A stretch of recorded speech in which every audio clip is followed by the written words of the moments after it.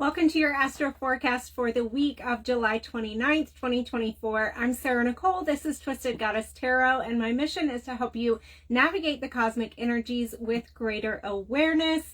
If you're watching right now, you are probably watching the replay, and if that's the case, go ahead and leave a comment so that I can come back and say hi to you.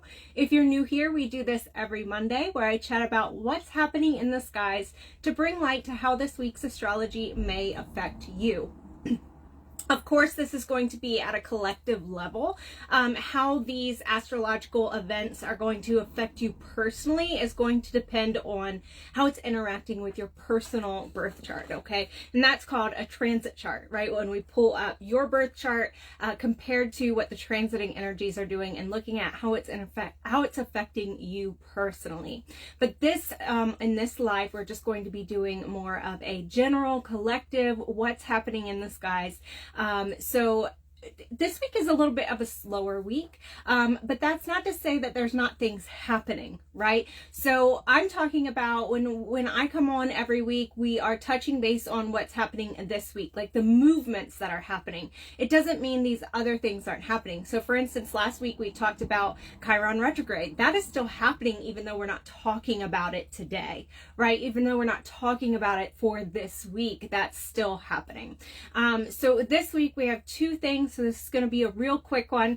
Before we get started on that, every week I've been wearing a piece of my handmade jewelry on the live. That's available on the website so that you can see it. And this week I'm featuring this gorgeous druzy amethyst macrame. And so I'm wearing this one. It is available on the website, and the website should be linked here. All right, so Sunday, August 4th. Oh, I am going to cross post this. So this is linked on Facebook, the website, but if you're watching this on Instagram or on YouTube, it's twistedgoddesscrystals.com. So this week we have Sunday, August 4th is when all the movement is happening. And this week, starting off, that's when our new moon is going to be happening, is Sunday, August 4th.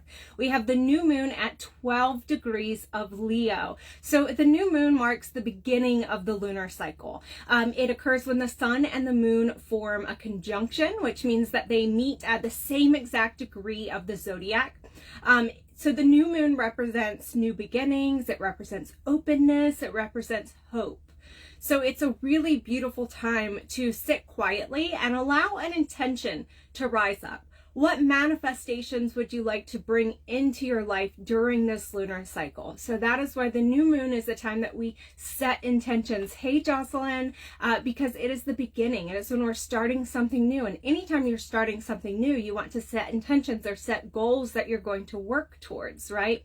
So while you're free to choose any intention, right? Any intention, whatever you feel like you need to work towards this lunar cycle, it's a better idea to look at your birth chart and see what house 12 degrees of Leo is in for you in your personal birth chart, because that's the house that this new moon is going to be activating in your chart and in your life. And then choose an intention that fits the theme of that house. So like I said, you can choose any intention at any new moon, but it is a better practice to choose an intention of where that new moon is activating for you, because that's where it's going to be happening. And in that way, you can be in alignment with the cosmic energies, and the universe can just support your intention that much more fully.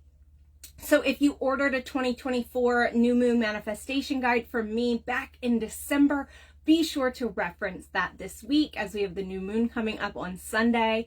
But for everyone else, this is going to be new moon in Leo, because we are in Leo season. And the moon in Leo really brings spiritual and creative upsurges, and also the desire for success and the desire for recognition, the desire to be seen. And I'm going to show you the new moon in Leo card right now, because it says to shine.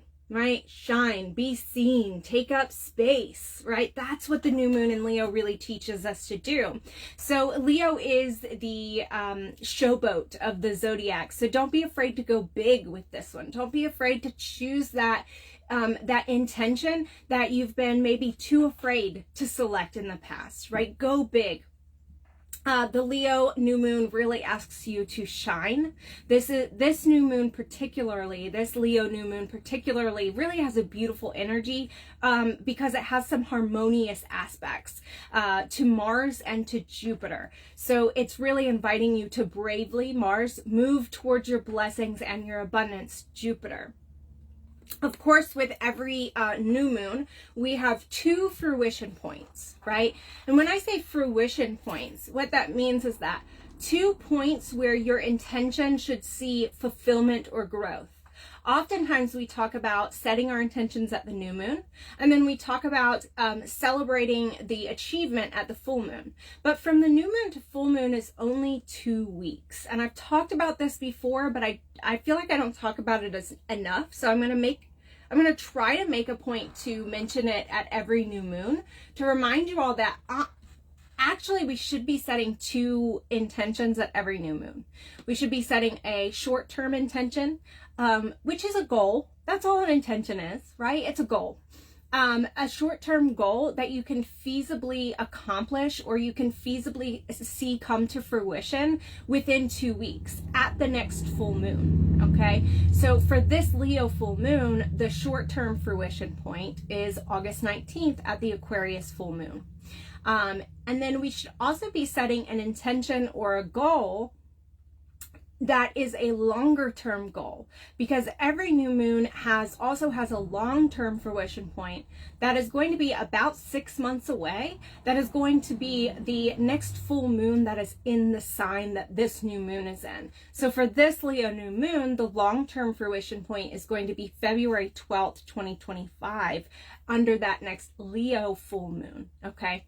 So every new moon, set a long-term intention and a short-term intention because a lot of the intentions that we're working with cannot come to fruition in 2 weeks, cannot come to fruition by the time of the next full moon, right? And so these longer intentions or these longer fruition points really gives you time to do like this Leo new moon is telling you to do and to go big, right? But don't go big and then expect it in 2 weeks, because even with all of the woo-woo and all of the magic and all of the universe supporting us, still some things take a little bit of time, right? Some things take a little bit of time to come to fruition. So also any crystals, any water, or any other spiritual tools that you set out under the new moon holds the energy of cleansing and of fresh starts. So I know a lot of us love to make charge our crystals under the full moon. A lot of us love to make full moon water, but you can charge crystals or make moon water under any of the moon phases. Each one is just going to hold a different energy. So the reason why we charge our crystals under the full moon is because it endues them with the energy of power and of success and of fullness, right? And same moon water, full moon water is going to give you the energy of power and success and fullness. But the new moon is a fresh start. It is cleansing. And so you can absolutely cleanse your crystals under the new moon, right? And this is like giving them a factory reset. And you can also make new moon water, which can be used to cleanse, right? Kind of like Florida water. Some people use Florida water to like cleanse their altar space and things like that. You can totally substitute new moon water for that as well, because new moon water gives that cleansing energy as well. So also on Sunday, August 4th, Venus enters Virgo until August 29th. So Venus is the planet of love and beauty, and where Venus is can affect our approach to our relationships. And yes, of course, romantic relationships, since Venus is the planet of love, but all of our relationships, right? And also Venus rules our relationship to money as well. So a lot of times when I speak about Venus on these Astro Forecasts, sometimes people who maybe aren't in a romantic relationship will kind of be like, oh, it doesn't apply to me. But absolutely, Venus's movements applies to every single one of us, because we all have relationships in our life, even if we don't have relationships with people, right? We have relationships with money and, all of that. So Venus in Virgo, right? So let's talk a little bit about this, because this is going to be affecting us for the next month until August 29th. So Virgo is represented by the Virgin, but not in the way that we define this term now. Okay, so the definition was more, I am mine before I am anyone else's. Most of the virgin goddesses in mythology were independent and had too much on their plate to take up a partner, right? They were living fulfilled lives on their own. They had purpose, okay? They had their own fulfilled lives. They had their own purpose. And so this is what that phrase virgin goddess really means. It really represents is independence with your own purpose. It's not so much talking about purity, right? That's not that. It kind of got lost in translation along the years. Now, this doesn't mean that Venus and Virgo energy isn't good for relationships. What it means is that it seeks relationships that brings about independence and that brings about healing. Okay, so Venus and Virgo, whether you have this in your birth chart, if you have this in your birth chart, then that means this applies to you for your entire life. If you don't have this in your birth chart, then this is just the transiting energy that you're going to be feeling over the next month, right? Venus and Virgo really seeks relationships that are here that bring about independence, that bring about healing, seeks out relationships that are here to help each other improve. That is what we want, right? So now, like every astrological placement, I'm sure you guys have heard me say this 1,000 times. I don't believe that any astrological placement is good or bad. And kind of like when you hear people blame things on astrology, like, oh, I'm a whatever sun and that's why I'm this way. It's like, no, that's not real astrology. Every astrological placement has a higher expression that we can choose to express, or a lower expression that we can choose to express, right? And since we're in Leo season, I'll use Leo as an example. A lot of the stereotypes that we hear about some of the signs are actually just the lower expressions of that energy, right? So for instance, we're in Leo season. We're about to have a Leo new moon. One of the negative stereotypes around Leo is that they're egocentric or they're self-centered, right?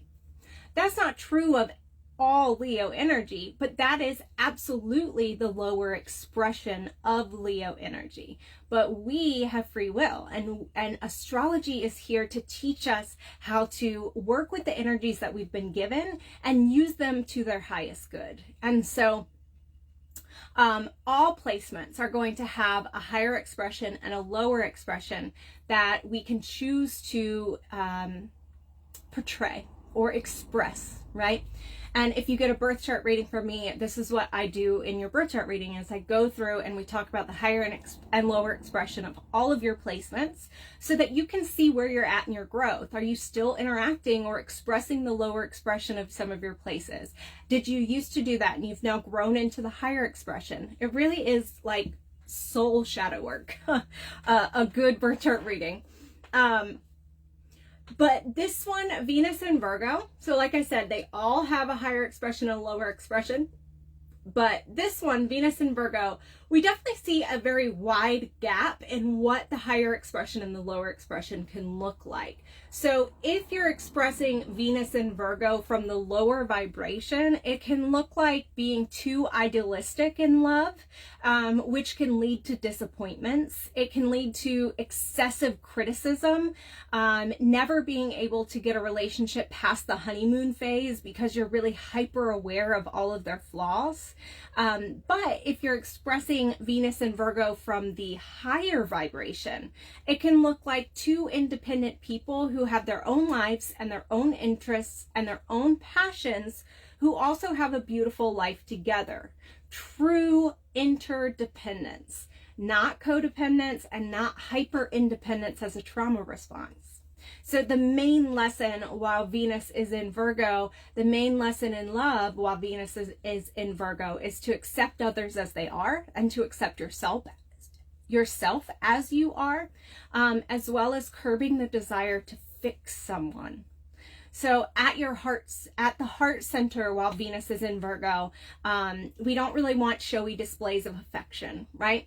That is definitely more of a Venus in Leo energy, right? But now we have Venus moving into Virgo, where we don't want that. We don't want those showy displays of affection. We would rather just give and receive love by an abundance of devotion and dedication to one another, a dedication to constantly improve yourself and to improve the relationship.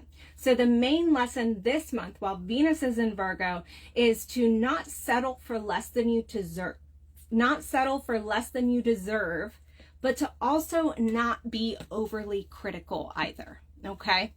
As with all things, it's all about finding that balance, that middle path, right? So that is our Astro Forecast for this week. I hope you enjoyed it. If you have any questions, let me know. Leave them in the comments. And if you missed the beginning, this is going to be available for the replay, so you can come back and check out what you missed. And you can also come back all week long and remind yourself of what is happening this week in the skies. All right, so much love. See you next week.